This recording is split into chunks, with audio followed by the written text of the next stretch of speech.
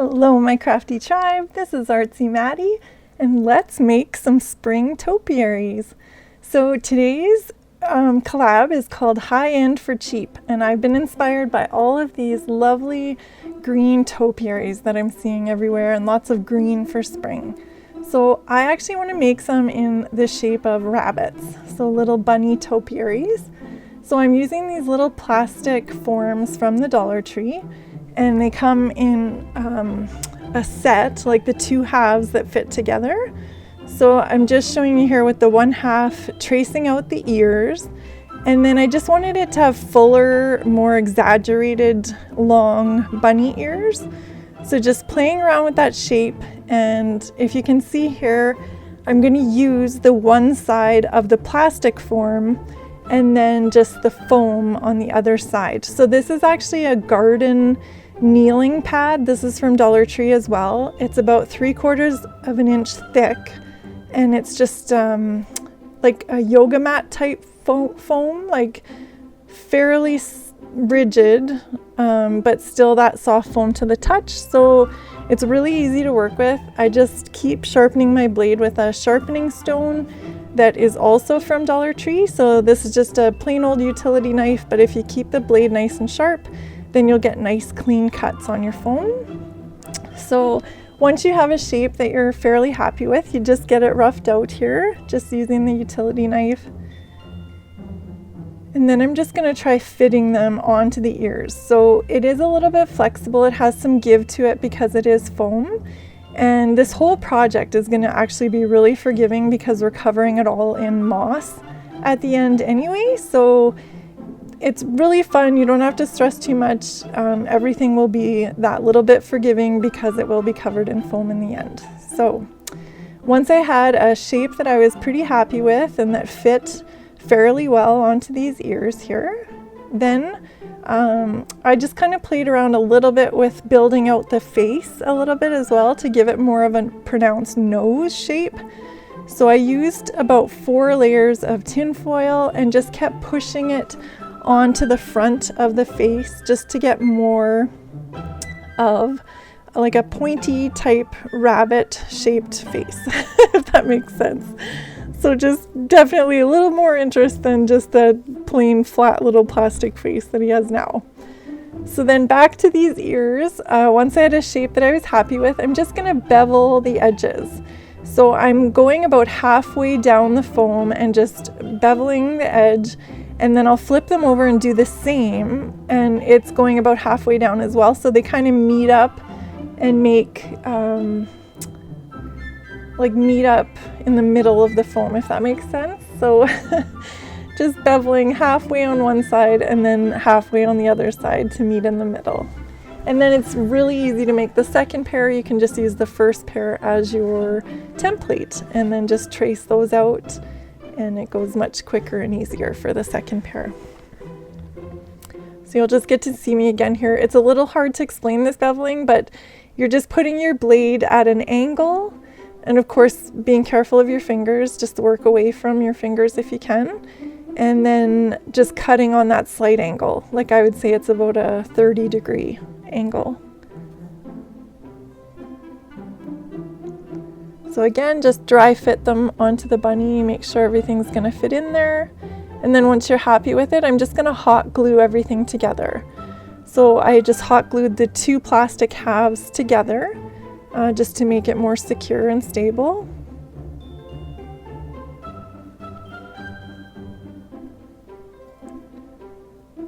And then once I got that all fitted together, now we're just going to use some more hot glue to get these ears put onto the bunny. So again, just dry fitting, making sure everything's okay.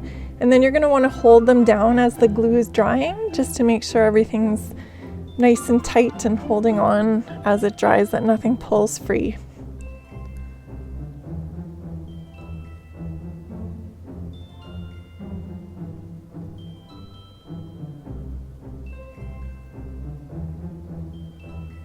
So this glue on the outside is going to help hold the seams together as well, because the glue is actually going right over top of the seam of the plastic bunny as well.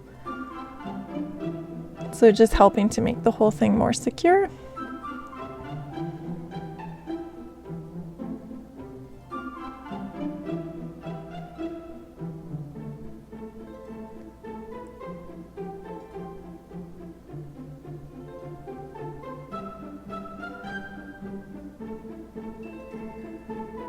And then I'm going to move on to make it some little legs, some little feet and some little legs. So I'm just using the 1.5 inch styrofoam balls from DollarTree as well.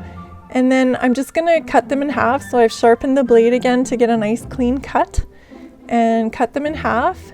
And then in order for them to fit snugly onto the curvature of the plastic rabbit, I just kind of went in and beveled the inside a little bit. So just went in with my knife and just kind of roughed out a little bit of the center of the foam just so that they'll sit flush with the roundness of the rabbit. And then just putting a bunch of hot glue on there and then getting them tacked on to the front of the bunny. So just underneath the little arms that it has.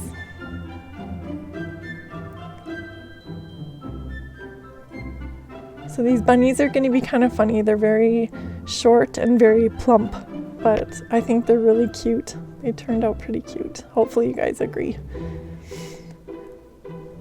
So then, of course, because it's a cute little bunny, it needs a cute little bunny tail. So again, just taking half of one of those styrofoam balls and then just getting that tacked down to the back of the rabbit. So then back to these noses. So just building up the face a little bit. So again, like I said, I used about 4 layers of tin foil, and then you're just pushing it and pressing it onto the face, and then just trying to get that nice, not too pointy, but just kind of a rounded point for a nose, like for the front of the face.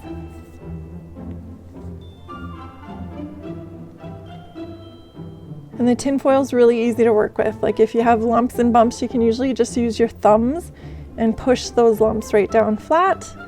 And then if you need to, you can even cut around the edges. If you have too much foil in one area, you can kind of cut a little bit off as well, if that helps. It's really malleable and really easy to work with. Don't let it intimidate you.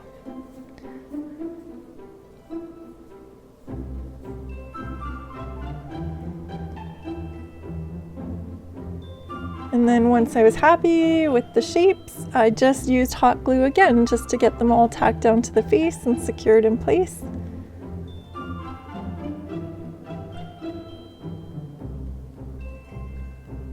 And then they just have much more visual interest than just the round, flat plastic form that was there.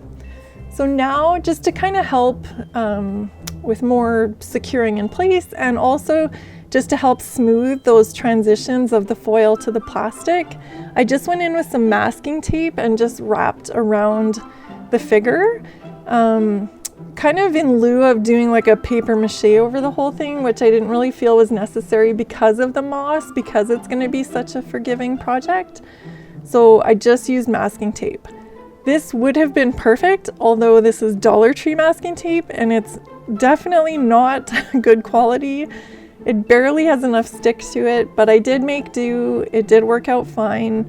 Once I went over everything with paint, then it's really secured and everything is fine. However, I don't suggest the masking tape from the DollarTree. I can't recommend it. It's awful, and I won't buy it again. I think I'll just buy a nice big pack from Costco or something, or Staples maybe next time I'm there.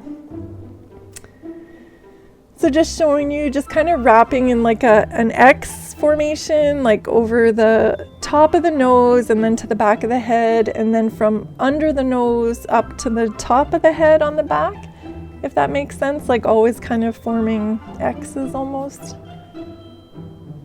And it just pulls everything tight, and just again, just making that transition from the foil to the plastic a little bit smoother. And then on the ears as well, just the transfer from the foam to the plastic as well there.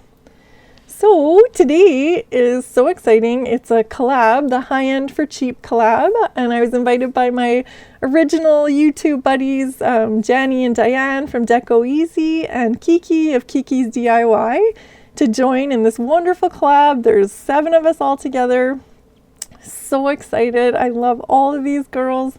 They're all so talented. So be sure to check out the playlist. I will have a link in my description box as well. I'll try and throw a link into the comments too. So be sure to check them all out. I know everyone's going to have such great inspiration for you and some of these high-end projects for a budget-friendly price. So I think I was able to make these bunnies actually for under $15. Maybe not including the paint, but hopefully you guys have some sort of green paint. It's fairly flexible what type of green you use. So I just happen to have some of this green latex paint on hand.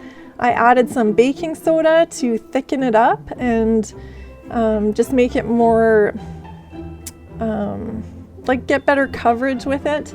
And it'll kind of give a little bit of a rough texture for the moss to grip onto. So I would suggest that if you have some baking soda, maybe throw some into your paint for this project. It might help a bit. So then after looking at him, I just decided that I would make a little bit of a leg to connect that foot. So I thought the foot kind of looked a little funny, just like it was just floating there. So I don't know why, maybe got a little bit carried away here, but it was really simple. I just kind of folded the foil into about 4 layers again and just kind of made a little makeshift shape of a leg that just connects to that little ball foot. So there is the first part of the leg, and then I just did a couple more layers on top of that, and I just kind of rounded out the top with my thumbs just to fit right over that little ball of the foot. So just to kind of make it look like he's just actually sitting on his legs and his feet. And then just start painting. So this paint was really nice and thick. It was already kind of a thick latex, and then once I added the baking soda, it was good to go. I got this all done in one good coat.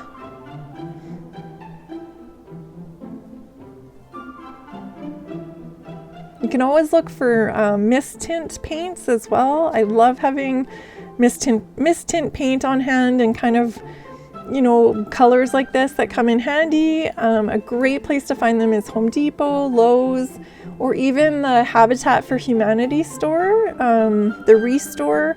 They always seem to have mist tints and they're a pretty good price. So be sure to have a look there if you ever go buy one. So now this is hopefully something you won't have to do, but I was worried that I wouldn't have enough moss. I was only able to find 2 bags for this, and I was kind of concerned that it wouldn't be enough. So to make it go further, I'm making some of my own moss to add to what I have, just to kind of make it go further and be able to do all the projects that I'm hoping to do. However, I've noticed that DollarTree has restocked their moss, and it shouldn't be hard to find now that we're further into the spring here. So hopefully you guys won't need to do this, won't need to make your own moss. But if you ever do, you just use some of that dry floral foam and a fine grater. So at first I had started with like the medium grate, and it was just too much. It was making like long little strips. So don't do that. Use the finer grate. Makes a much better moss. This is kind of a technique that I think a lot of the model train makers use to make their little trees and shrubbery and stuff like that. So then I just mixed in some paint and some water, and now we have some makeshift moss. So here I'll show you. So I've already added in the 1 bag and mixed it all together, and now I'm just adding in the 2nd bag. So I thought, just to make it a little bit finer and not have such big chunks, I just cut the moss as I was adding it. So just made sure there was no like super long pieces or super big chunks, and then just mixed it all together really well on this tray. And then the fun part, we get to add it to the little bunnies. So I am just using white PVA glue, just regular old school glue. Works great, gets everything all, you know, the moss settles really nicely into that glue and dries really well. So it turned out great. You just want to be really generous with the glue. because it does really absorb into that moss. So just get it all spread out to make sure you're not missing any areas or little parts of your form.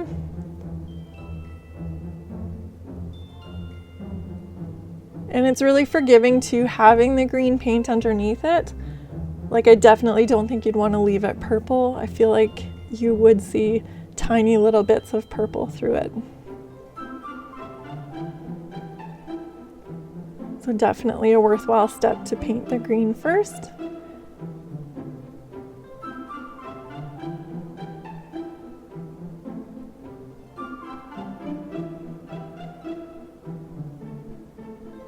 So you can see too, you don't have to be too worried about what green you used, because this green was quite different from the color of the moss, but it ended up blending in well. So then for the pots, I found these two lovely cement planters at Dollarama, and they kind of have that birch texture to them without a lot of paint detail. They just had a little bit of dark gray brushed over the high parts. So I thought I would just go in and add some more paint detail. So just with a fine black paintbrush, I'm just adding some black into the little grooves, the little lines of the birch tree. And then I just went into all those little crevices and added some watered down acrylic black paint, and then just kind of wiped off on top a little bit just to kind of get a gradient of the black and the gray. I think I was just using a wet wipe, actually a baby wipe, and that seemed to work good. So it is cement, it absorbs the paint quite quickly. So just a heads up about that you'd have to be painting and then wiping right away, because it would absorb into that cement really quickly. If this is what you end up working with, you wouldn't have the same problems with plastic or metal or anything like that, but just with cement. So then, just as a finishing touch, I just went over and dry brushed some white just over top of the whole thing, just going in the direction of the bark. And this is just a chippy brush, just an old worn out chippy brush. They're always great for dry brushing with.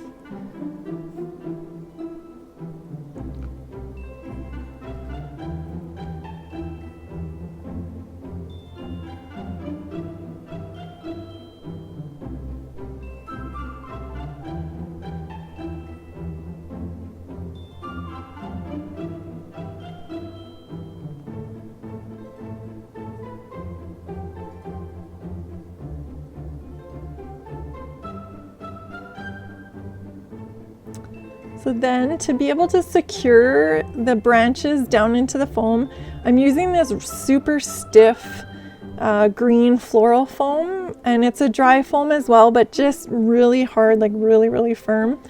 I think it would work fine too, just with the regular dry foam, but just make sure you have lots in your planter to help support them. So I just went in and filled up the whole space there with some green floral foam. And then these are just some branches from doing some pruning in my yard.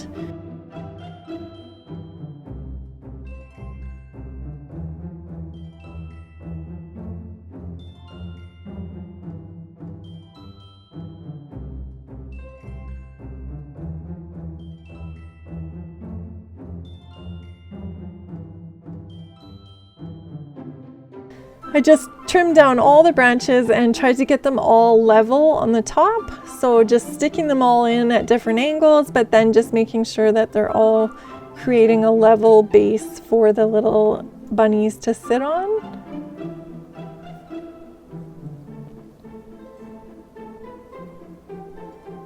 So you'll just want to dry fit them before you end up gluing, just to make sure that everything's sitting nice and flat and equal. And then once you're happy with them, I just went in with some hot glue, but definitely, like, if I were to do this project again, I think I would have actually drilled a hole into the rabbit to start with, and then maybe run the branch right up through the rabbit. But I'm just going to be careful with them and pack them away really carefully, but I just am gluing them on with hot glue. So they are holding, but I will have to be careful with them. And then just for the base, like to hide all that floral foam, I just went in again with some white PVA glue and some more moss and just covered all that up.